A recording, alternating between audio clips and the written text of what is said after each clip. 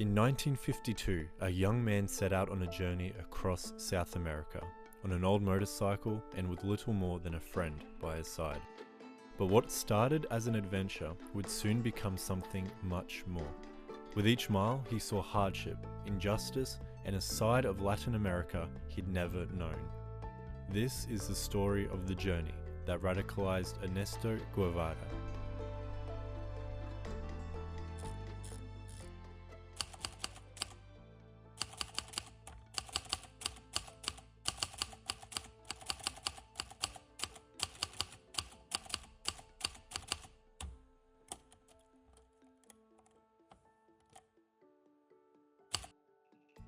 Before he was the revolutionary Che Guevara, Ernesto Guevara was a 23-year-old medical student from Buenos Aires. Growing up, he was curious, adventurous, and always searching for answers. In late 1951, Ernesto and his friend Alberto Granado, a biochemist with a similar thirst for adventure, planned a journey across South America. Their goal? To see the continent up close, visit medical facilities, and experience the land and people they knew mostly through books and stories. For Ernesto, this journey was more than a road trip.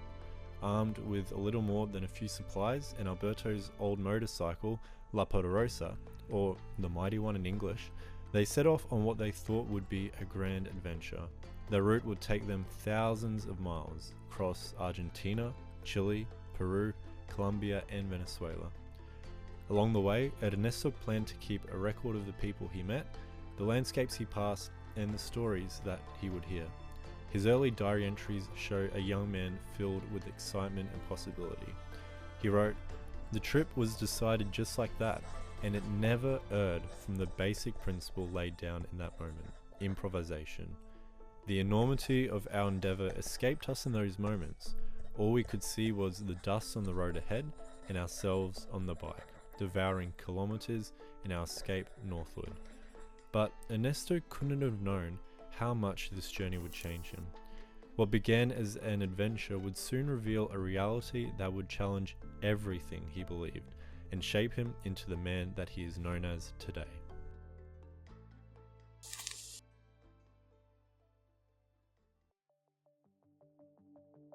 On February 14, 1952, Ernesto and Alberto crossed into Chile, their journey taking them through mountain passes and across the rugged Andes. Their first major stop was Valparaiso, a port city alive with vibrant streets and steep hillsides. The energy of the city captivated Ernesto, but it wasn't long before he noticed another side of it. Beneath the lively surface, signs of poverty ran deep, especially among Chile's working class. In his diary he wrote, "We talk to many beggars, our noses inhale attentively the misery." Already he was noticing the layers of struggle beneath Latin America's beauty, and with each encounter, his observations only grew sharper and more political. From here, the two continued north toward Chuquicamata, the world's largest open-pit copper mine and a powerhouse for Chile's economy. Here, Guevara's political consciousness began to take shape. Chuquicamata was run by US monopolies like Anaconda and Kennecott, symbols of what many saw as imperialist gringo domination. Here, he felt the weight of what this place represented. That evening, a meeting with a homeless couple searching for work left a deep impression. He wrote, "By the light of a single candle, the contracted features of the worker gave off a mysterious and tragic air. The couple, frozen stiff in the desert night, hugging one another, were a live representation of the proletariat of any part of the world." Years later, Guevara would look back at Chuquicamata, writing, "Workers there were in a living hell." This was more than just another stop on the road. Witnessing this level of suffering and exploitation stirred something in Ernesto. Reflecting on Chile's relationship with the United States, he would later write, "The most important effort that needs to be done is to get rid of the uncomfortable Yankee friend. An immense task, because of the great amount of dollars invested here and the pressure they can exert whenever their interests are threatened." Yes, he began to see Latin America in a new light, divided between those who suffer and those who profit. The stops at Valparaíso and Chuquicamata transformed his journey from adventure into something much, much more personal.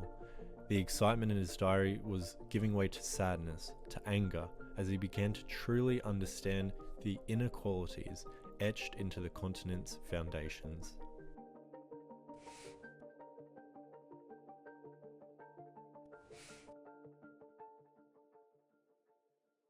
As Ernesto and Alberto made their way into Peru, they carried with them the experiences and frustrations that they'd collected so far. But in Peru, their journey took on a new depth. Here they met Dr. Hugo Pesce, a physician, socialist, Marxist, and an influential thinker who had dedicated his life to improving conditions for Peru's poor and marginalized. Through conversations with Pesce, Ernesto began to see Peru's deep-rooted inequalities a little more clearly. Pesce shared stories of the country's indigenous people and rural poor, explaining how these communities had been marginalized for centuries. His words left a profound impression on Ernesto, setting the stage for the encounters that would soon follow. With Dr. Pesce's words in mind, Ernesto and Alberto ventured further into Peru, traveling up into the Andes and through remote villages. In these communities, they found people still living as they had centuries before, disconnected from the progress of Peru City, surviving with few resources, and largely neglected by society. In his diary, Ernesto described these people as forgotten in their own land. He began to see Latin America not as a series of isolated countries, but rather as one region united by common struggles and bound by the same exploitation and neglect. From the Andes, Ernesto and Alberto continued deeper into the Amazon, finally arriving at the San Pablo leper colony. This remote community, separated from the outside world by miles of dense jungle, was home to hundreds of patients suffering from leprosy, a disease that wasn't just devastating in its physical toll, but also in the social stigma that it carried. Guevara described the miserable conditions in his diary. There was almost no food, scarce medication, and barely enough clothing. He saw firsthand how isolated and neglected these patients were, left to endure their illness with little support. To Ernesto, the colony was a powerful example of society's neglect. Patients were cut off from their families, their lives had been uprooted, and their identities were stripped down to their illness. But Ernesto didn't just observe them from a distance. He crossed the Amazon River, 2.5 miles, swinging from one side which housed the doctors to the other side which housed the patients. It was a symbolic act, one that broke down the divide society had placed between them. And in his own way, it was his method of saying, "We are one." From the moment he arrived, Ernesto treated his patients with dignity. He ate with them, spoke with them, and famously broke protocol by shaking their hand, something that at the time was just unheard of. For him, these gestures were about more than kindness. They were about rejecting the idea that anyone should be excluded simply because of an illness. In his diary, he wrote, "The life of a single human being is worth 1,000,000 times more than all the property of the richest man on earth." These words captured a shift happening within Ernesto. San Pablo wasn't just another stop on the journey. It was a place where he was beginning to question the way society treated its most vulnerable. During their time at San Pablo, Ernesto spent hours talking to the patients, learning about their stories and hearing first-hand accounts of the lives they left behind. Each story reinforced a growing sense of injustice. Why should these people be forced into isolation simply because of a disease? In his diary, he wrote, "I feel something alive in my spirit, and it pushes me to feel a bond with the suffering people of this earth." Here, Ernesto's journey transformed from an adventure into a mission. He wasn't just seeing Latin America, he was beginning to understand it, and he was feeling the weight of the inequalities around him. On June 14, Ernesto's 24th birthday, the entire leper colony put on a celebration in his honor. In a letter to his mother, he described the scene. "On the 14th, they gave me a party with lots of pisco, a type of gin that makes you beautifully tipsy. The medical director toasted us, and I, inspired by the booze, replied with a very Pan-American speech." He described the moment as one of the most unforgettable of his trip. In it, he saw an accordion player without fingers on his right hand, a blind singer, and others who had been deformed by the disease. It was a powerful moment seeing the entire colony illuminated by lamps and lecterns, which was then reflected in the river. In his speech, Ernesto made a bold and unifying declaration. Although we're too insignificant to be spokesmen for such a noble cause, we believe, and the journey has only served to confirm this belief, that the division of America into unstable and illusory nations is a complete fiction. We are one single mestizo race from Mexico to the Magellan Straits. Now, this wasn't just youthful idealism, it was a culmination of everything that he had seen. The poverty, the neglect, the shared suffering of people across the continent. In San Pablo, the young Ernesto Guevara saw himself as part of a larger struggle, a struggle for unity, dignity, and liberation across Latin America. In the weeks after, his diary reflected this new conviction, that he wasn't just a traveler, he was now someone with a purpose. His journey was shaped by the faces and voices of those that he had met along the way. For Ernesto, Peru, and especially San Pablo, marked the turning point. This place, these people, had forever changed him, and he now looked at Latin America with the promise of something better.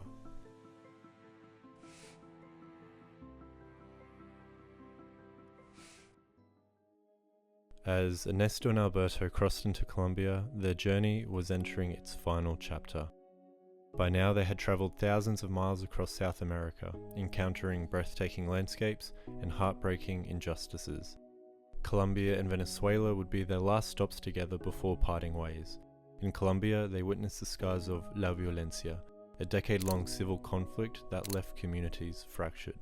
And in Venezuela, they saw a country rich with oil, but divided by stark inequality. These experiences were another reminder to Ernesto of the deep contrast between wealth and poverty that defined their continent. In Caracas, Alberto decided to stay. He was offered a position at a local leper treatment center, fulfilling his dream of working in medicine. For Ernesto, this marked the end of their journey together, a partnership forged on the open road. Ernesto, now alone, chose to return to Buenos Aires to complete his medical studies. But as he prepared to head home, he wasn't the same man who had left Argentina just some months earlier. His diary entries from this time reflect a growing sense of purpose and responsibility. The Ernesto who began this journey was a curious young man, eager for adventure, but the Ernesto who finished it was someone transformed, a man deeply connected to the struggles of his continent and increasingly determined to do something about them. The division between countries Ernesto believed were artificial. For Ernesto, this realization was not just intellectual, it was deeply personal. He had walked among the poor, shared their meals, and listened to their stories. He had seen their suffering and the systems that perpetuated it, and he began to believe that change would only come through action. In his diary he wrote, "It is at times like this, when a doctor is conscious of his complete powerlessness, that he longs for change, a change to prevent the injustice of a system." These words hint at the fire that was beginning to burn inside him, a fire that would drive the rest of his life. Ernesto's journey had ended, but the seeds of his transformation into Che Guevara had only just been sown. The road had shown him the beauty and the blood of Latin America, and it had given him a vision of a united, liberated continent, a vision that would define his future.